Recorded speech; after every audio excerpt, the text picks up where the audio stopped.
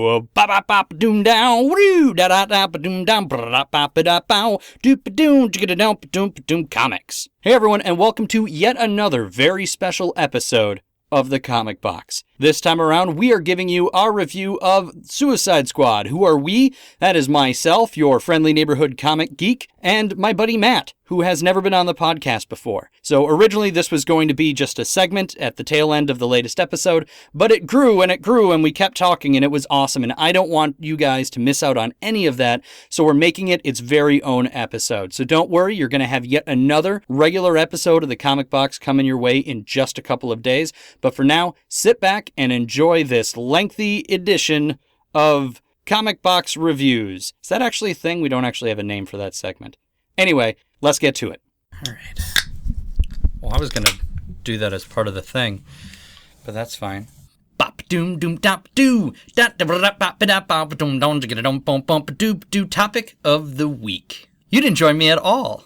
I thought you'd be going longer. No, it's because it's a little short break between the set. All right, so our topic of the week for this week is Suicide Squad, and with me, this is Thu.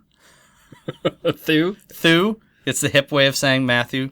This is Matt. It's my buddy that I've known for, I don't know, you want to... Too long. 6th grade, I think was the first. No, it would have been 7th grade, but it's a question of years. What year would that have been? Do the math. Do math. That's about 18 years? 18 years? That's way too old. That is way too long. And the fun thing about Matt and I is we have completely opposite taste in movies. So everything I like good movies and Rob doesn't. So I have a film degree and Matt likes explosions is the other way of saying that.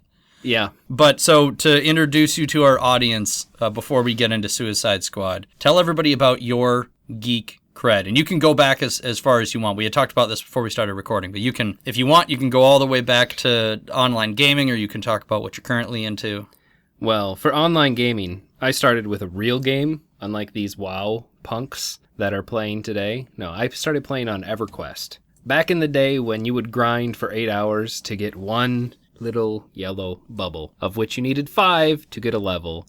There were 50 levels when I started playing. I think I started playing in the Ruins of Kunark expansion pack. And it took way too long to level up. So I did what I do best and started making money off the game. As a level 8 shaman, okay, I would go and create value for people by buffing them and their monsters while sitting out at the ice giants in permafrost, and they would pay me some of the money that the giants would drop. So as a level 8, I was able to create an account that now had over 1,000 platinum back shortly after the game started, and I just started buying and trading different gear. And by the end of the first 6 months, I was spending all my time in, back then it was the trading zone of East Commons, where text would just fly up of people saying, want to sell this, want to sell this, want to sell this. And I could pick which items were good buys and then turn around and resell them. So you started doing eBay buying in EverQuest. Yeah. So why didn't you ever get into EVE Online if you were that big into like in-game economics? I probably wasn't introduced to it early enough. In high school, my entire free time was taken over by EverQuest. Yeah. And I don't regret it. It was fun. Got to learn a bunch of people, or meet a bunch of people. Went to a couple of basically EverQuest conventions. Mm-hmm. Went to one down in Florida to meet up with my guild at the time. Okay. So in high school, I asked my parents, hey, will you take me down to Florida to hang out with a bunch of old guys you've never met with so that I can go to this convention? They said yes, so I went. Okay, that's fun. And so I got to meet up with everybody. It was really a great time. Then there was another one in Minneapolis. I went to that one. And then while happening to be down in Florida on vacation, I reached out to these guys and went out and hung out with them for a night or two. And my parents just left me there with them. They're like, they're not going to do anything.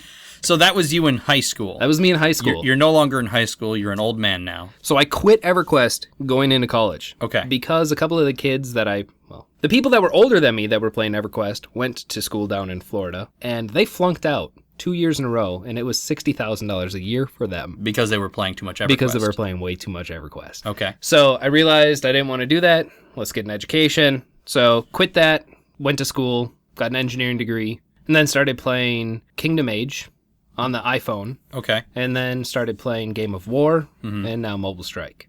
Okay. And Mobile Strike is the new one with Arnold Schwarzenegger. Yeah, I was going to say the Schwarzenegger one. Okay. Attack! Yeah. Tell me those are sounds in the actual game. No, of course not. Then the game is worthless. Yeah, pretty much. Except, again, I make money, real money this time, not just platinum, by selling services to people that want them. So for you, it's a game, but see, your nerddom is like crossed with this awful capitalist An awful venture. desire to always make money in everything I do, yes. Yes. Okay. All right. So, by the way, how much am I getting paid for this podcast here? I brought you a beer, and then you brought your own beer anyway to drink. So it's a good beer. Well, I am enjoying Rocket Fizz root beer float. So I picked up a 6-pack of different types of root beer because I have the big shelf behind you there with all my different root beer brands. It's quite an impressive collection. It is. I'm enjoying it.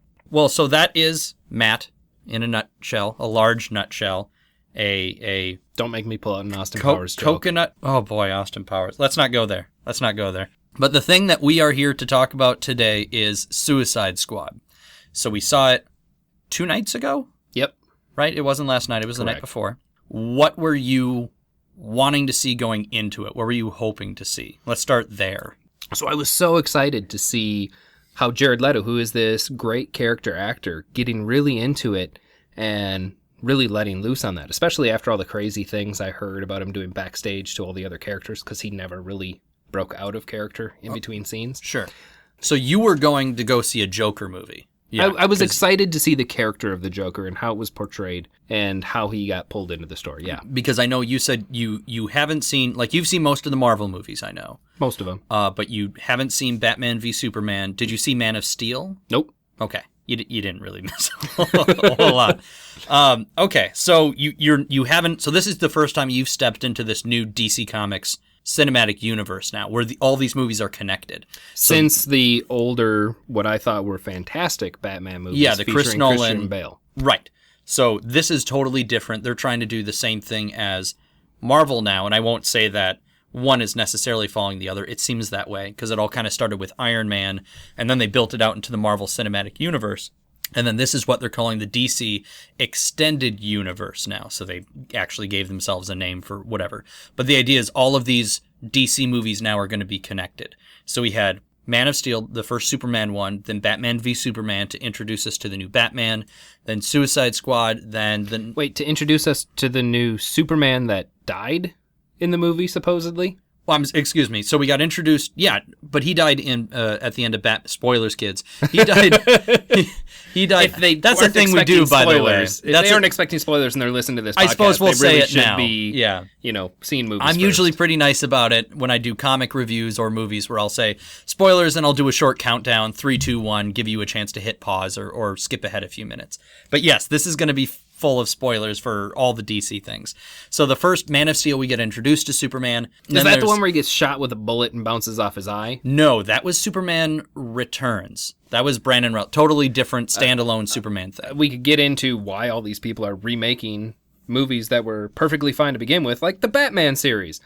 Pay Christian Bale more money and let him keep playing Batman because he played it really well. Yeah, but that's just the actor playing the character. The whole point of that trilogy was it was Christopher Nolan behind the scene. It was his, I'm making 3 movies. This is the story I want to tell. Here's the actor I want to cast. Now, anyway, keep that character development going and make another movie off that same universe. Why start it over again? It's like, you really want to pry my wallet open again for $15 to listen to the same story. You want to... Again and again and again. Well, I'll give you the origin thing. We all know Batman's origin and Superman's origin. But the real reason you don't want to do that is Superman 4. I haven't seen it. The Quest for Peace. It's the one where Superman gets drunk and, like, it's not a great movie. It's the whole reason of, like, here's the director and here's his vision, so we're going to let that person do that, and then, But exactly what you're talking about is what's happening right now. Because It's what they've been doing in Marvel Universe for quite some time. And now it's what DC is doing. So we're getting a standalone Batman movie coming up. A Wonder Woman movie is the next one. They're going to do another Green Lantern movie where it's in the same universe. Please tell me Ryan Reynolds is doing it again. No, it's not Ryan Reynolds doing it again. They actually haven't, as far as I know, cast a Green Lantern. I'm one of the few people... They have Justice League coming, which is the team, but they don't I'm going to get a bunch Lantern. of people to turn away from my side here. Nobody was ever on it. Go ahead. I didn't think Green Lantern was that bad of a movie. See, this is what I'm talking about when I talk about the difference between Matt and I when it comes to films. There was action. There was enough of a plot. There were some cheesy jokes and more action. That's all I was watching it for. Okay, so the special effects, he had a sparkly green suit. Whatever. It's the Green Lantern. I mean, he can make stuff out of thinking about it while he's wearing his ring. You kind of have to have a suit like that. I thought Deadpool was way better. Fine. But I did not mind. I also liked the Hulk. Boom. I said it. Which one? The one that everybody hates, whatever. The Ang Lee's Hulk? I almost walked out of the theater when I saw that. It was just... It's probably that one. Yeah, probably, knowing us. All right, but let's... we're getting... By the way, when Rob sees a movie and he absolutely hates it, he goes, "Hey, Matt, you should go see this movie. It was terrible. You'd love it." Yes, because you liked Wild Wild West, right? Yeah. Yeah, and you like National Treasure. I love National Treasure. See? Love that movie. So now that we've completely established who you are, we didn't even need any of that other stuff. We could have just said that. But let's actually move into it because I don't want to, run super long on time. I don't have a time limit. I just try and keep it, within a thing people listen to. Anyway, Suicide Squad. So your expectations was just going in to see a Joker. Yeah. So everything else was, I thought having him come in and with the cutscenes that they showed in the previews, I'm not going to kill you. I'm just going to hurt you real bad. It looked like he was going to be a big part of the movie. Yeah. Yeah. So for my part, I also really enjoyed the trailers. I thought they made it look like it was going to be kind of a fun movie. And the way I always described it to people before the movie came out, because they'd come to me being the comic book guy, even at work or whatever, and I'd say, "Have you seen Guardians of the Galaxy?" Because this, and you have? Yep. Yes. So this to me seemed like they were trying to build it up to be the DC version of Guardians of the Galaxy, where you have no idea who any of these characters are. You recognize the Joker. You might recognize the name Harley Quinn, but you wouldn't really know that that's her, looking at the character in the movie. And it's just, it's a motley crew of people, and they don't really get along, but they're going to become some sort of coherent team. And it's fun, and there's going to be great music, exactly like Guardians of the Galaxy, where one of the big pushes on that movie in their trailers was also the music they were going to have, which was recognizable. And that is one of the things they did well in this one, I think, is they missed it on a couple of marks. But they threw so much money at music in this thing just to get all of the songs that they wanted in here, I'm sure. Fair. So I liked the trailers, and I was curious to see it, but my expectations were very, very low for this movie because I wasn't a huge fan of Batman v Superman. So I expected, all right, some things I like, some things I don't. They went in and did a ton of reshoots, and the theory was because they were doing it based on reaction to Batman v Superman. Not necessarily true. A lot of movies go back and do reshoots anyway, but supposedly the tone of the film itself changed to try and make it seem lighter because people said Batman v Superman was too dark. Dark as in grim, or dark as in I can't see the movie?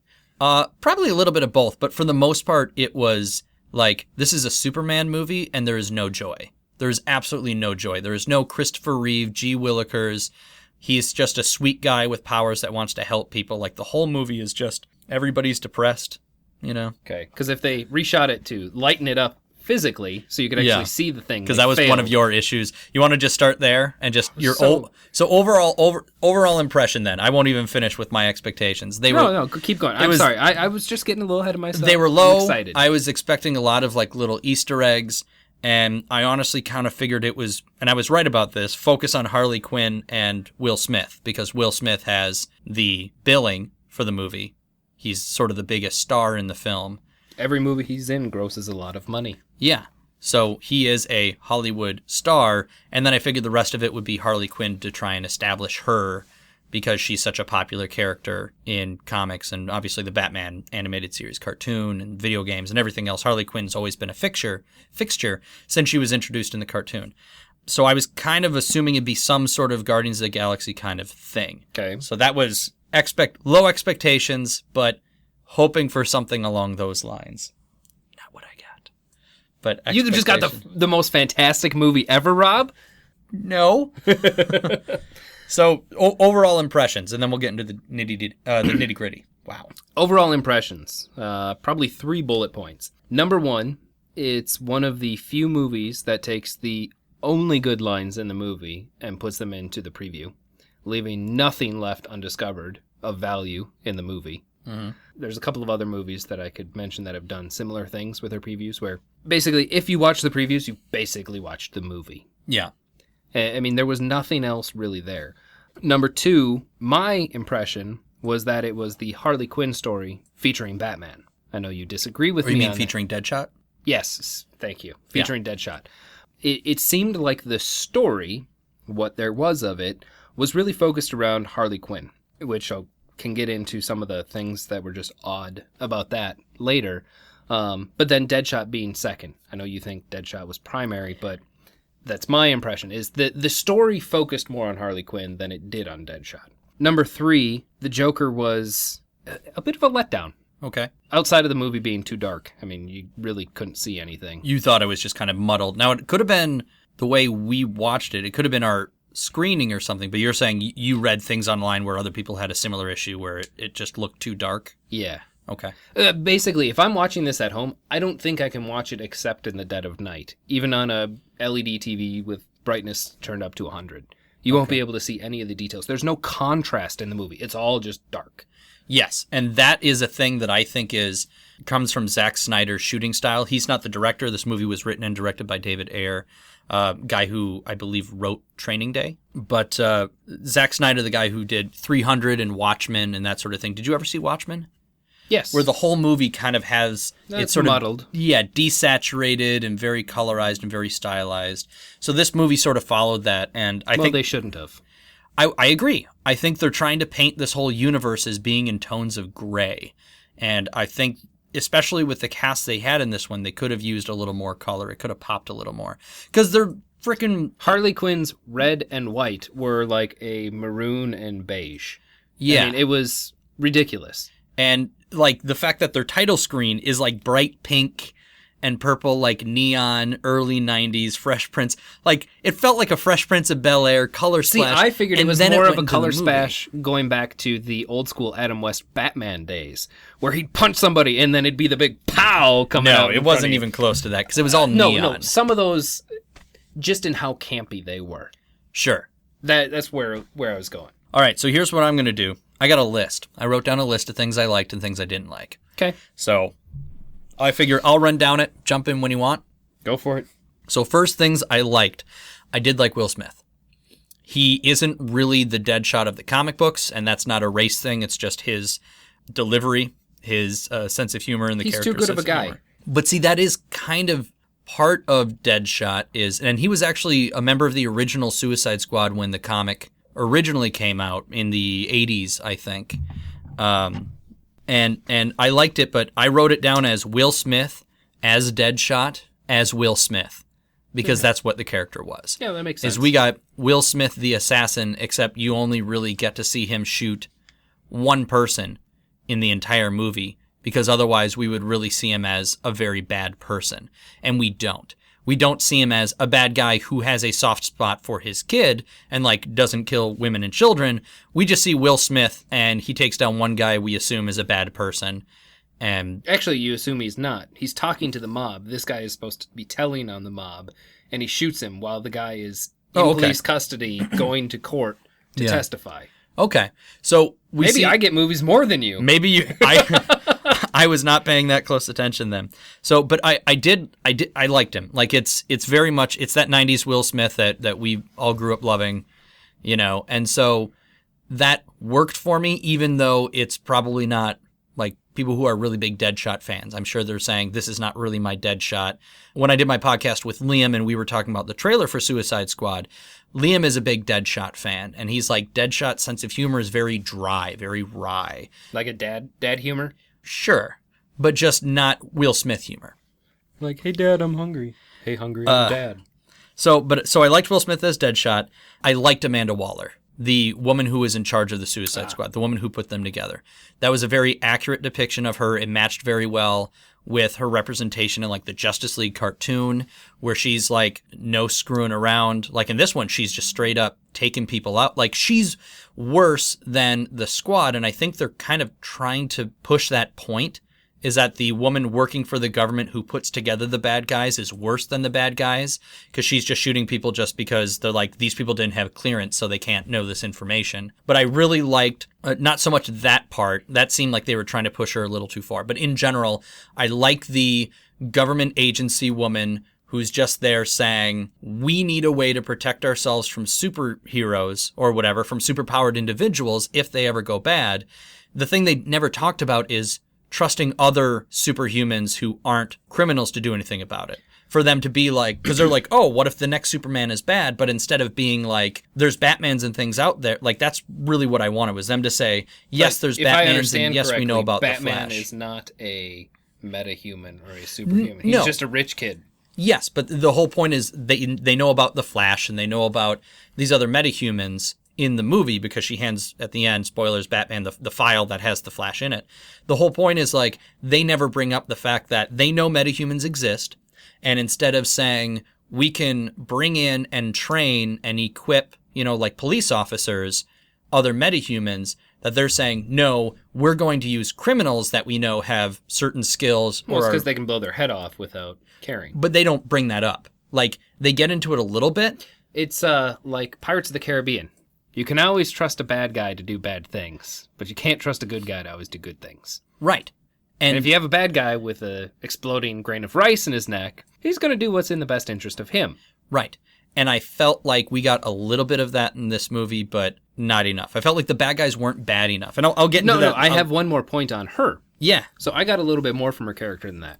So I actually don't feel that she was that evil. Based off of the facial cues she was giving when she was doing these things, it seemed like it wasn't that she was just heartless and boom, boom, boom, I'm done. It seemed like something was driving her. Somebody's got leverage on her where she's forced to do this, forced to do these evil things, and it'll come out in a later movie.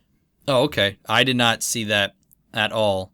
So that would end up being a twist for her character, because the point of her character in the comics and the Justice League cartoon, which is, I think, where a lot of people are more familiar with her, is and that... I'm not familiar with those, so right, I'm putting my own... She is just that. She is the way Batman acted in Batman v Superman, which his take on Superman was, if there is a 1% chance that Superman could go bad and turn on humanity, we have to take it as an absolute possibility that will happen, and we have to get rid of Superman.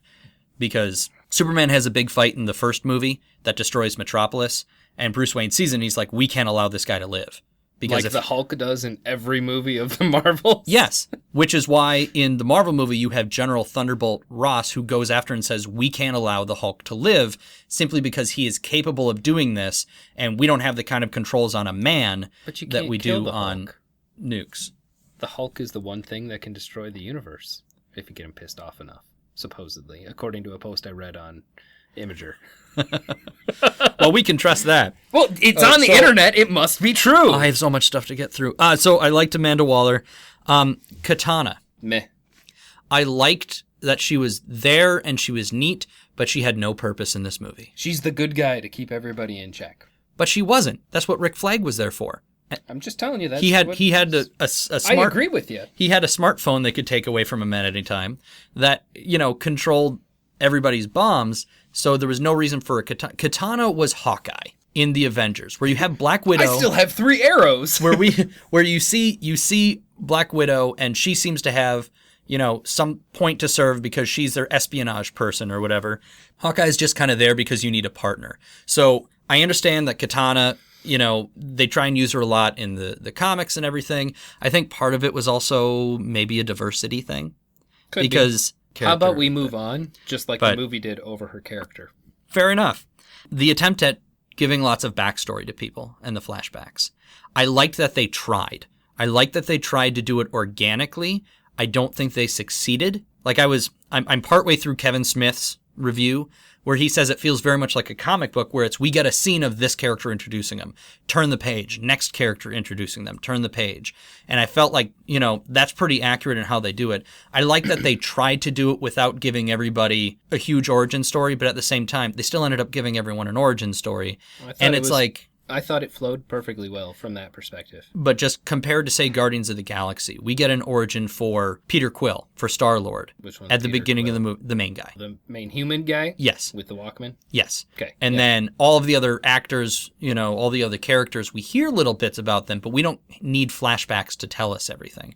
The problem is they did that for everybody, but the guy that was going to die. Slipknot, who you knew was going to be gone because he was in, one picture and then none of the actual trailers. So clearly he wasn't going to live at all. But then with Katana, she just shows up and they just say, oh yeah, by the way, the sword has her husband's spirit in it and she's out for revenge and stuff. And it's like, well, why did everybody else get... Because, again, you gloss over her, she doesn't matter. She's the diversity play. Yeah. Next question. Other thing that I liked, I did like the music. I thought it might have been too much. I don't think we needed that many changes. Somebody just hitting skip on a CD player every time the... So I thought the music was great. I think there were 2 songs that were out of place, and I didn't take notes as to which ones they were. Okay. Everything was great, except 2 songs.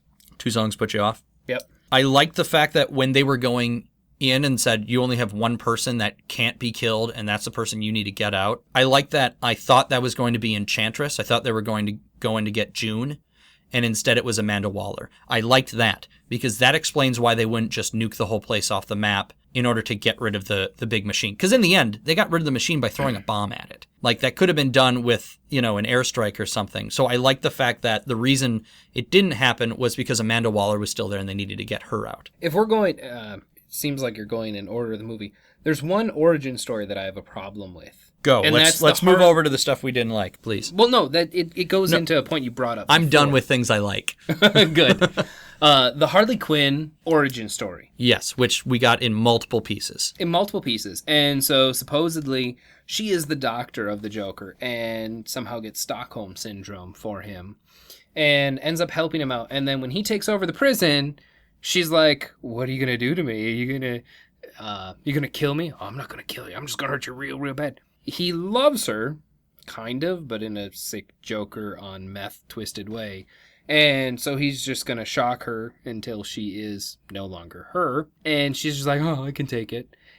It didn't flow. It didn't make any sense. The idea there, I think, is that, Joker seduces her, turns her over to his side, and then it's not enough. So then what he's going to do is he's going to break her until she becomes like him. Yeah, the story didn't go. So, I thought they failed at that point. Felt we can go into that. Where's my Joker notes? I have Joker and I wrote pointless, should have just been a tease for later. I didn't think we needed that whole backstory in this movie. I thought we could have gotten a little bit of it, but it could have even been spoken. You can go in and say it and be like, so what's her deal? And somebody said Joker got a hold of her and I don't know what they did, but she's crazy now. And we could have gotten a couple flashes or whatever. I felt that they thought this film needed a new Joker in it in order to push ticket sales. The Joker has nothing to do with this movie. His scenes in there could be completely taken out and the movie would still continue because it's like, oh, Harley Quinn leaves with him and turns her back on the whole team and then decides that she'll go back and join them when he dies because she has nothing else to live for. That's terrible character development. I felt you could have not had the Joker in there at all. It would have made her a stronger character because, yes, she always starts out being super devoted to him, but in the comics and even in the cartoons is eventually she usually realizes that he's terrible for her and to her and goes off to do her own thing. I'm trying to think in the cartoon it's possible that she always still ends up going back with him at the end, but it's meant to be a sad thing when it happens.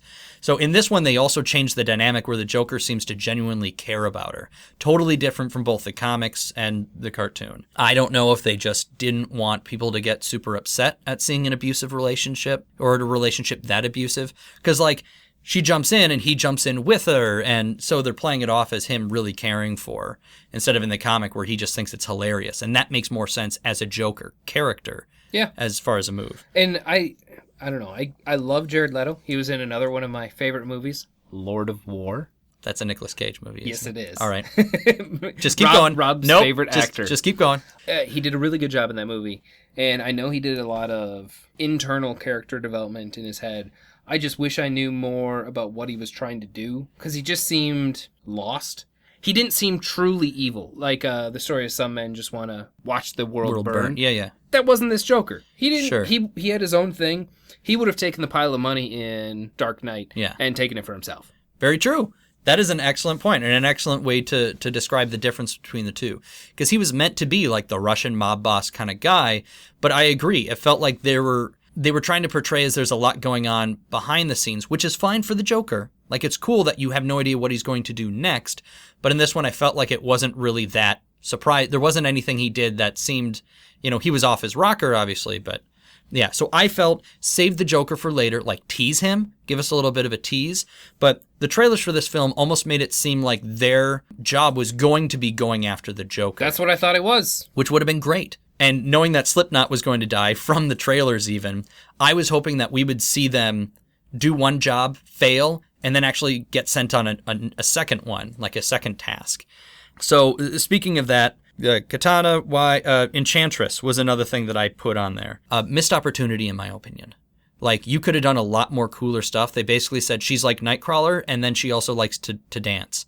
She likes to shake it because she's just sitting there in front of the thing, moving around weird. Plus, how come when initially she turns into Enchantress, she looks like super, like, awesome? Like she's this dark, like, I don't know. Her brother repairs and gives part of his heart to her. Right. That's when she turns lighter. Yeah, but she just also, right? There's a thing there. But the fact that they just put her back so she looks like June again. And it's like, no, she looks so much cooler in the other way. She looked like that, witch that lives out in the middle of the woods and is covered in mud. And like, yeah. So I didn't understand. It's a totally different take on the character from the comics, which is fine. They kind of did that with Deadshot. It didn't seem like there was a true villain. Like, no. The whole story was missing. It's like they tried to do two villains and neither one of them really came all the way. Her whole thing was like, people don't worship us anymore. They worship machines, so I'm going to build a machine to kill everyone, maybe? But then all I'm going to do is swirl the stuff around in the sky. Yeah, I don't... Like, it just... Like, it wasn't building to something. No. It was just swirling around. Yeah, it could have been, somebody's taking over a foreign... Or we're sending the Suicide Squad in to take over a foreign government. They could have done anything. It didn't have to be superhuman in nature, because the big thing... Or it could have been the Joker! Yeah, because the big thing... And he gets away at the end. The big thing... Yes! The big thing Liam and I were talking about is it seemed like the threat was going to be supernatural in nature, and none of those characters are really set up to tackle anything supernatural. They have guns and bats, and whatever Slipknot has, a grappling hook, and a bad sense of style. And, all right, so Slipknot, we agree, pointless. Like, they needed a character to kill right away, which is dumb. Kill one of the main characters. It's the Suicide Squad. Other minor gripe, the inclusion of the name Suicide Squad. It was so ham-fisted that it's just Will Smith going, oh, so we're just some Suicide Squad. And it's like, no, nobody says that. It would have made much more sense for Rick Flag to be like, it's officially called Task Force X, which is the same in the comic, and it's colloquially known as the Suicide Squad. Like, I wanted to see that it already... Well, I suppose the trailer showed that they were forming it for the first time. I would have liked to have known that it already existed, and we just haven't seen it yet. So we're seeing like the second incarnation of this program, and where they say, Task Force X, and I want Rick Flag to say, welcome to the Suicide Squad, and tell him that, because his whole speech to them was, you're going to die on this mission because we don't care about you. Yeah. Killer Croc, also wasted. He's such a kind of a cool character, and depending on how you do him, can have a lot of depth. Meh. To him, because the whole thing is he's born with this condition, and he just... Meh. Why was he in there then? That's why. Meh. Yeah. He was in there to look cool, so they could have, somebody say, oh, and it's a sort of recognizable character from, the CGI Batman budget. Cartoon. I don't know how much of that was CGI. My understanding is a lot of him was actually practical. Oh? Like it was practical makeup for a lot of it. Well, which that sucks for good, him. Yeah, but good for them for doing it. Captain Boomerang. I know you laughed at some of his jokes. The Australian guy. Yeah, I know. Comic relief. Gimli. Yeah. He was their the Gimli. I'm going to drink and punch people. He's useful a bit, but more so for jokes. Yeah, but not really. So, here's my fix. And by the way, he was picked up by the Flash. Yes, he was. So we also got to see the Flash in action for the first time in a movie. There's a trailer. Which the Flash would have ended this in like 3 seconds. Yes. Come on. Yeah. Yeah. I mean, that's one of the things you just always have to accept, though. It's like seeing a Captain America movie, and you're like, why isn't Thor here winning this immediately? It's because it's a Captain America story. It's always one of the issues with the shared universe. So here's my fix. Well, first, actually, let me say my big thing that I wasn't a huge fan of. And you were sitting next to me and you saw me continually shake my head in the theater. The family angle and the loyalty angle. Why? Of Deadshot? Of everybody. Everybody started acting like immediately. It was the same with Diablo and with Harley Quinn coming back, and very much with Deadshot, is suddenly everybody is a family. That's not the movie that I think anybody wanted to see, because it's not Guardians of the Galaxy. They're supposed to be bad people that are only doing it because if they don't, they're, like you said, their own self-interest.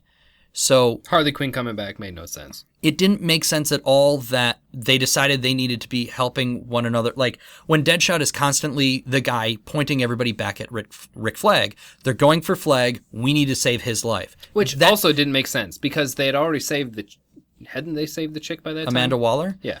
I don't think so. I think either way, because they were in the building. If he dies, who cares? He can't push the button anymore. Because if he dies, they assume that they get killed by headquarters. Because that's what they were told the whole thing. He's like, if I die, you die. Did he say that in the movie? I thought he did. I went on 2 pee breaks. I had a lot of beer during that movie. Yes, you did.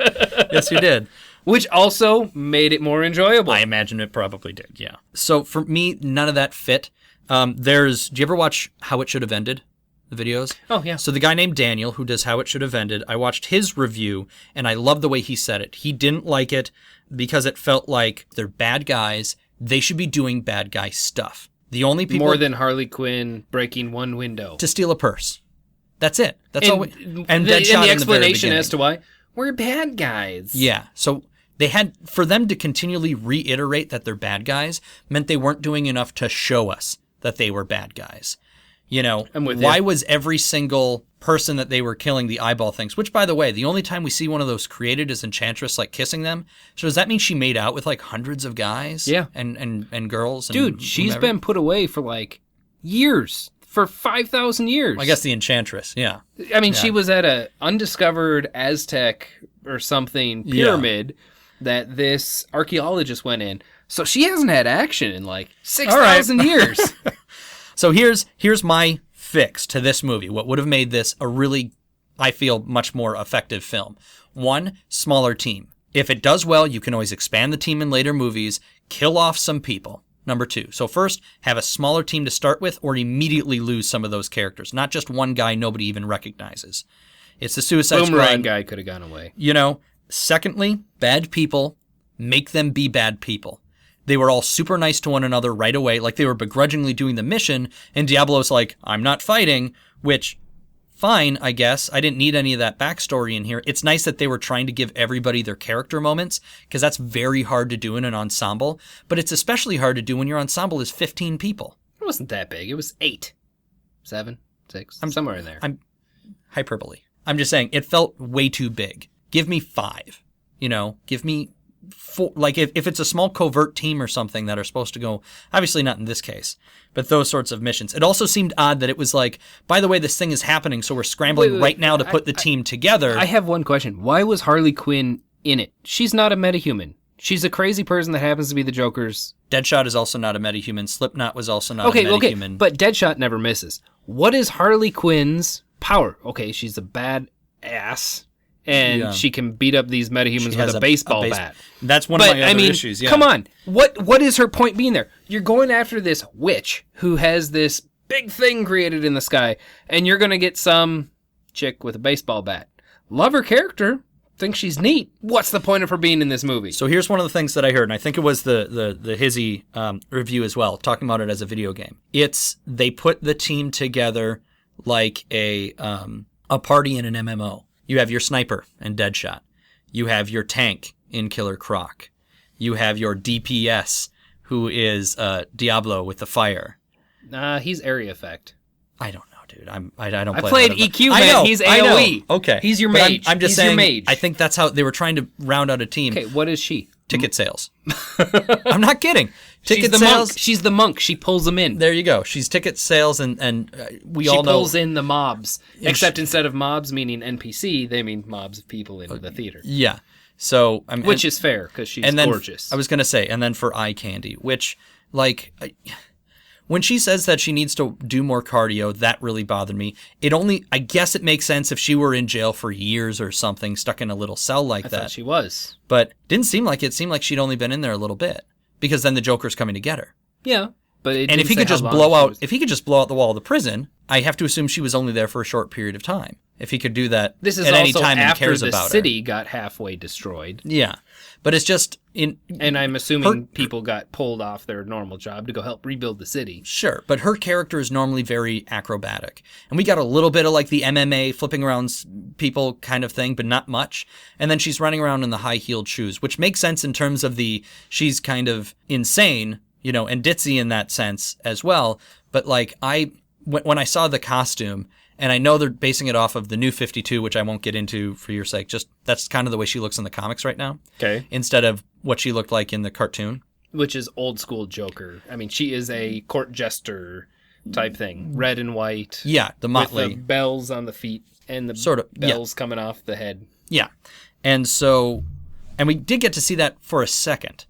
And it didn't need to be that, obviously. It didn't need to be her in the leotard, whatever thing. It was impractical for doing anything in terms of her footwear specifically. Just bothered me. Okay. And then for her being like, oh, whatever. And then, yeah, she just runs around with the bat and does some MMA stuff. So her presence didn't make a ton of sense. It made about as much sense as the guy with the boomerang. They didn't explain why they needed her. Yes. Or the guy with the boomerang. And also, did you notice they never really did say anything explicitly, but Captain Boomerang also still had the trick boomerangs? Like he had one that was like a grenade where he pulled a pin and threw it at somebody. No, I didn't Yeah, notice. they totally threw in all the trick boomerangs from like Silver Age comic books and stuff in there.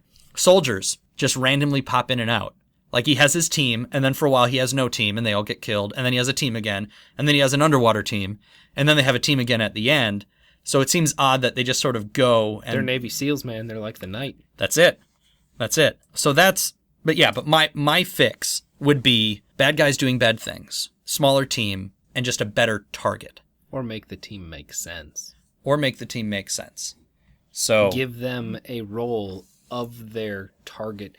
I thought Harley Quinn was coming into it because they were going after the Joker and she's the main squeeze. Right. And so she would make sense that they'd have her with, and then the whole time would be, is she going to betray him and get rid of the Stockholm Syndrome kind of thing and go and lead her own life and realize, because Will Smith's whole thing, he could go hitch on the whole thing and be like, no, your love life is terrible. This guy is bad for you. Like that would have been a really good movie. And instead we got just an okay movie. I mean, for me, I didn't like it. Like in my end, I'm sure I'll see it at least one more time when it comes out, but see, and I don't think I'm gonna watch it again nor buy it. Yeah. Initially, quite honestly, I was planning on watching it on Netflix or just buying the Blu-ray. Yeah. And watching it one time because it's the same cost as going to the theater. One of my buddies came up with a good reason not to do that, which is the sound is always better at the theater. I'm like, okay. Deadpool, fantastic in the theater. I went and saw it in a theater in Chicago. Was crud because they did not have the investment in the audio equipment that we had here in Burnsville, Minnesota. That makes a huge difference. I mean, when you can feel the bullets because the thud just boom, boom, boom in your chest, that adds so much to the movie. And then you also have the audience around you as well reacting to things. That's going to help comedy, and that helps in horror.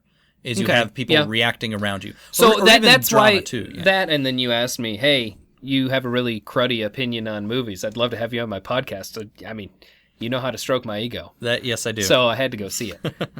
So for you, like, what would it take for you to make this film? Because you didn't hate it. You didn't dislike it as much as I did. You thought it was okay. Yeah. So what would it take for this movie to be awesome for you? You want my honest answer? Yes, I do.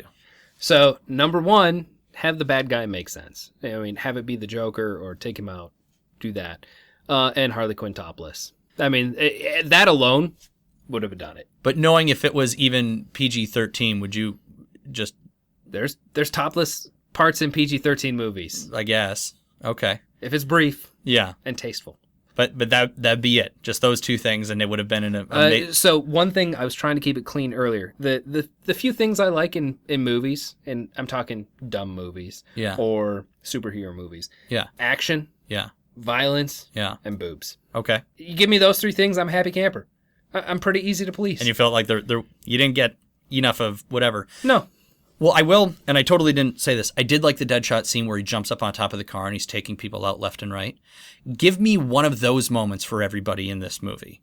Like, that also would have gone a long way towards me enjoying this movie more. Because that was just a great example of what he was capable of. Where he jumps up on the car. Give each of their characters a purpose. Where just everybody kind of stops. All the other guys stop, so they don't shoot him, but they're like, oh, we don't need to anymore. And he's just going bang, bang, bang, bang. He's using like all of his different weapons. Perfect. Like, Deadshot was good in this movie. Yeah.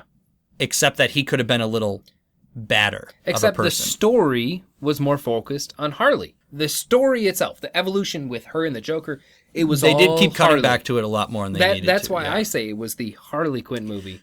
So would Deadshot. you have gotten rid of that, or you would have just done what you were talking about, where it becomes a Harley Joker movie with the Suicide Squad? Then it would have made a lot more sense. Yeah. Okay.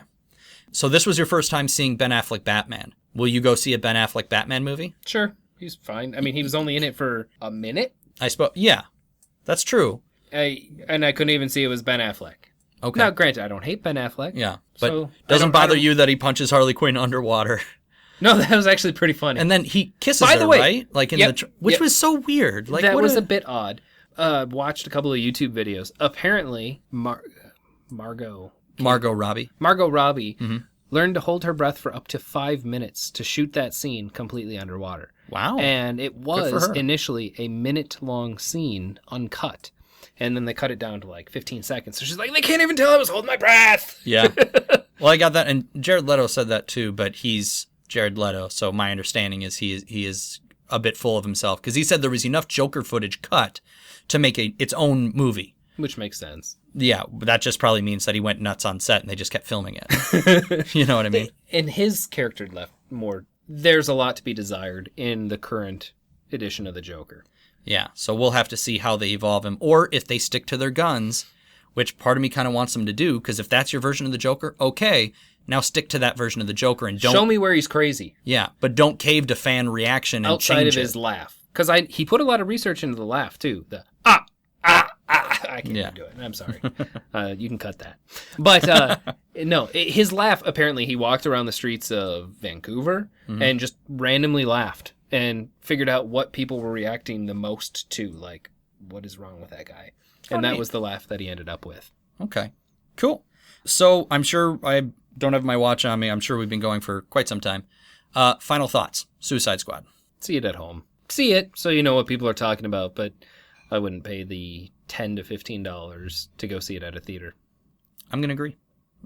Yeah. I mean, yes, see it because see all comic book movies because it's the whole argument. And I know like on the Fat Man on Batman podcast, which is Kevin Smith and Mark Bernardin, Mark Bernardin's always making the point of go see them anyway or see them at some point anyway, because even if it's a bad comic book movie, it's still a comic book movie, and you putting your money towards it means we're going to keep getting more, which means somewhere in there we're going to get amazing ones we never would have seen. Like in a million years, no one would have expected to get a Suicide Squad movie or a Guardians of the Galaxy movie. Nobody even knew who Iron Man was really except for comic book fans. And that's the one that changed everything around. Exactly. So it's, support them, but it didn't quite do it for me. Well, cool. Well, thank you for coming and being on the podcast. Would you do this again for another movie? Oh, yeah. Doctor Strange is coming up. Sounds good. Have you done Deadpool? I haven't done one on Deadpool. I'm your man for Deadpool. We can certainly do that. Yeah, there was the thought of going back and doing some back catalog stuff. Well, hey, kids out there listening in podcast land, if you're down for that, if you guys want to hear some lengthy reviews of movies that are already out there, we will certainly dig back in. Especially from a person that has no real knowledge of comic books whatsoever. Which to me is really fun though. It's so interesting for me because then I can say this is wrong, this is wrong, this is wrong. You can say that doesn't matter to me. I'm an audience. Or you can say, oh, that would have made a lot more sense and that would have, helped because that helps me as a comic book nerd and as a geek to gauge, what changes are actually valid from the comic book perspective. Anyway. Fair enough. All right. Well, thank you very much again for coming on the show. Do you want to help me do the voice thing this time? Sure. It's short. All right. So we'll go. And a 5, 6, 7, 8. Ba-da, boop, ba-doom, doo. Boo! Ba-da, ba-boop, ba-doom, doo. Boo! Ba-da-da-doop, boop, boom, ba-doom, ba-doom, don't get on. Never. All right.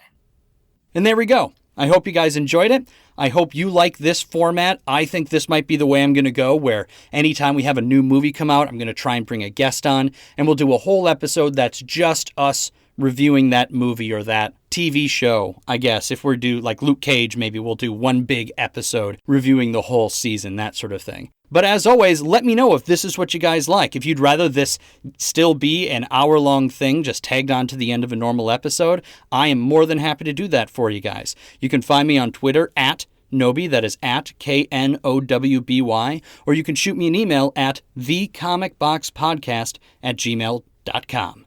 So until next time, we're closing the comic box, and I will see you guys in really just a couple of days when I do my normal episode. But yeah, hit me up on Twitter. Bye, everybody. Da-da-doo-dap-doo, da-ba-ba-da-ba-ba-doom-doom, closing the comic box for now.